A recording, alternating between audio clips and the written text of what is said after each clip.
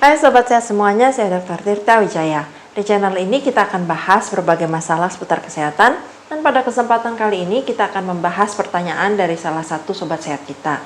Pertanyaannya sangat menarik ya. Kenapa para bintang film biru itu kelihatannya baik-baik aja, sehat-sehat aja? Padahal mereka kan melakukan aktivitas seksual yang beresiko tinggi. Sering lagi, bukan cuma sekali-sekali. Kok kelihatannya fine-fine aja? Kan di video-video saya sebelumnya saya selalu bilang untuk menjaga kesehatan reproduksi, untuk menjaga kesehatan seksual, itu kita harus menerapkan ABC. E-nya itu abstinence alias tidak melakukan hubungan seksual yang beresiko. B-nya itu be faithful, yaitu saling setia satu sama lain dengan pasangan seksnya, saling tidak berganti-ganti pasangan alias eksklusif monogami. Dan yang ketiga itu C adalah kondom. Jadi kita selalu menggunakan kondom pada saat melakukan aktivitas seksual yang beresiko. Nah, para bintang film biru itu nggak E, nggak B, nggak C. Nggak menerapkan itu hal-hal yang diperlukan untuk menjaga kesehatan seksual.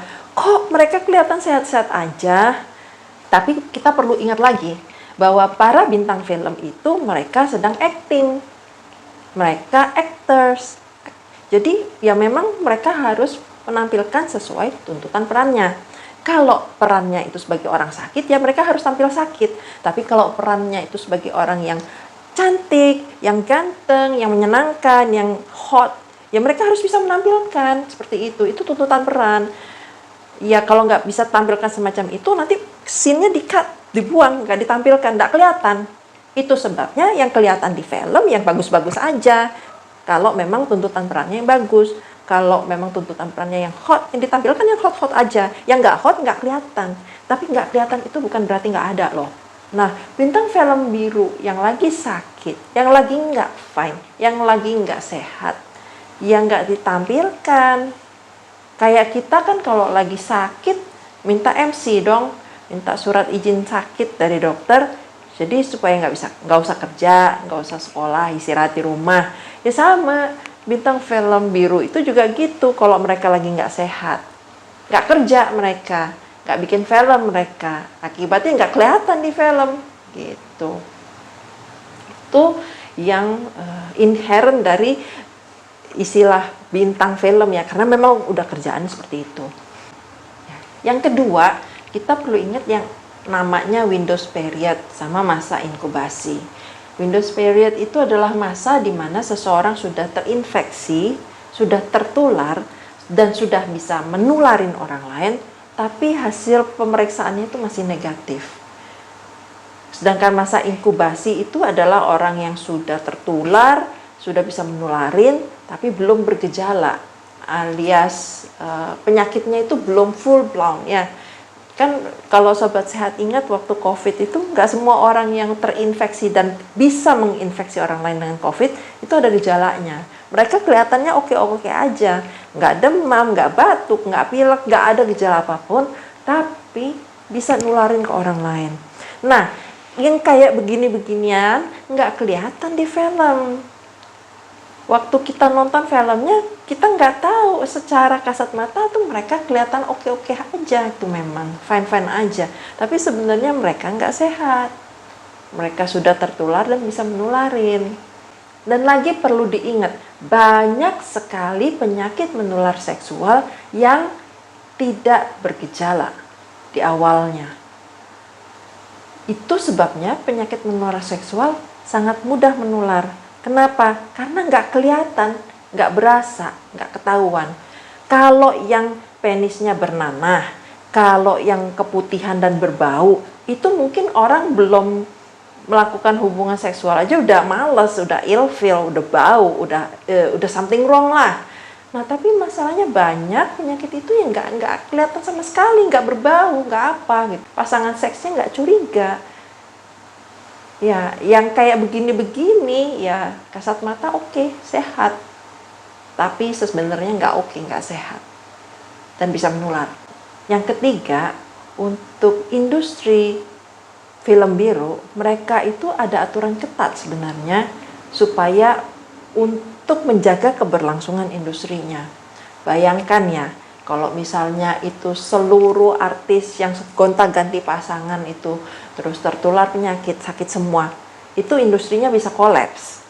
Nah, mereka itu biasanya melakukan regulasi, bikin aturan gimana caranya supaya kalaupun misalnya sampai amit-amit bintang filmnya itu ada yang kena ketularan, yang lainnya itu enggak kena. Jadi tetap bisa syuting yang lainnya, yang sakit aja yang nggak bisa bekerja gitu. Kalau di negara-negara yang melegalkan industri semacam ini, mereka ada asosiasinya loh. Jadi asosiasinya itu dibuat untuk menjaga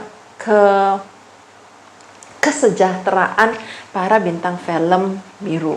Jadi misalnya ya kayak semacam serikat buruh gitu ya, tapi ini mah serikat bintang film biru gitu. Dan itu mereka ada aturannya. Misalnya mau join ke industri ini, mereka harus dites dulu. Begitu dites itu negatif, ditunggu dulu Windows periodnya diulang lagi. Nah begitu mereka masuk, mereka nggak boleh sembarangan keluar-keluar jajan di luaran, nggak boleh sembarangan ganti-ganti dengan pasangan lain. Jadi itu dibuat semacam grup-grup gitu ya. Nah misalnya kalau perusahaan yang gede, perusahaan film biru yang gede, itu mereka mungkin punya grup lebih dari satu grup misalnya isinya 6 orang, 7 orang, 8 orang, saya nggak tahu lah gitu ya. Dan terus kalau misalnya satu grup ini ada yang ketularan, ya satu grup ini nggak boleh kerja dulu, dibersihin dulu. Tapi sementara itu grup-grup lainnya masih bisa bikin film. Jadi itu industri jalan terus, periuknya ngepul terus. Nah, itu sebabnya kalau yang Sobat Sehat lihat bintang film biru itu ya orangnya itu lagi, ini sama itu sama ini. Mereka ya begitu karena supaya nggak saling menularin di luar grupnya gitu ya. Itu mungkin kurang lebih sama seperti waktu kita COVID gitu. Waktu kita COVID kan kerja dibikin shift-shiftan, grup-grupan. Kenapa maksudnya? Ya, supaya kalau satu grup kena, yang lainnya masih oke, masih bisa kerja. Kurang lebih sama seperti itu. Dan asosiasi-asosiasi semacam ini nggak beken, yang tahu ya orang-orang di industri itu aja. Tapi orang luar yang nggak tahu itu bukan berarti barangnya nggak ada. Yang kita nggak tahu itu bukan berarti nggak ada. Cuma kita nggak tahu aja. Meskipun sudah diatur, diregulasi secara ketat, tapi ada aja yang lolos, yang nakal. Misalnya nih, bintang filmnya dia grupnya ini. Udah teken kontrak di sini, dia main sama orang lain, terus ketularan, terus bawa ke grupnya, itu bisa. Atau mungkin dia ketularannya dari kehidupan pribadinya, jadi bukan waktu kerja, melainkan waktu sama pasangan pribadi. Atau mungkin memang dia nakal, tukang jajan di luaran, di luar jam kerja, ya bisa aja. Dan itu sebabnya ada juga kejadian bintang film biru yang ketularan dan meninggal. Ini saya tampilkan contoh-contohnya ya. Saya Google aja sih.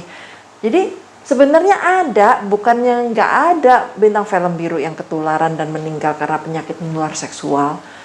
Cuma ya karena beritanya nggak heboh, nggak di blow up, nggak masuk headline, ya kita nggak tahu.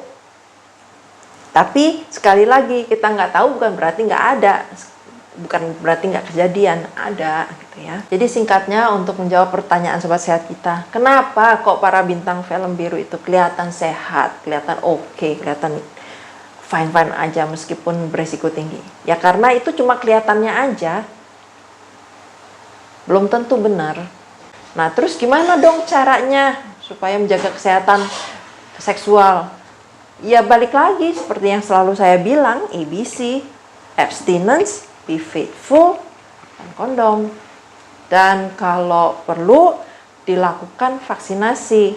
Jadi ada beberapa penyakit yang menular secara seksual yang bisa divaksin.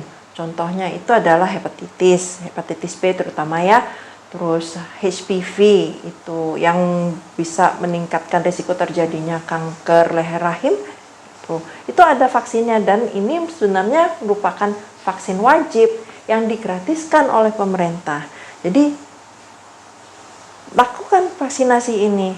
Sedih kalau sampai ketularan penyakit yang ada vaksinnya sih. Terus apalagi kalau sampai meninggal sih, sedih. Itu penyakit yang seharusnya bisa dihindarin. Sekian penjelasan saya hari ini untuk menjawab pertanyaan Sobat Sehat kita. Kalau Sobat Sehat lain ada pertanyaan seputar kesehatan, boleh langsung di komen aja. Nanti kita akan buatkan video untuk membahasnya. Tapi jangan konsul ya, karena kalau konsul itu susah urusannya. Ini disclaimer saya. Nah, kalau Sobat Sehat suka dengan bahasan-bahasan semacam ini, boleh like video saya, subscribe di channel ini, lalu aktifkan notification-nya dengan menekan tombol lonceng. Jadi, kalau Sobat Sehat tanya dan saya jawab, saya upload video baru untuk menjawabnya, Sobat Sehat akan dapat pemberitahuan dari YouTube. Semoga apa yang saya sharingkan bermanfaat dan jadi berkat. Salam sehat selalu.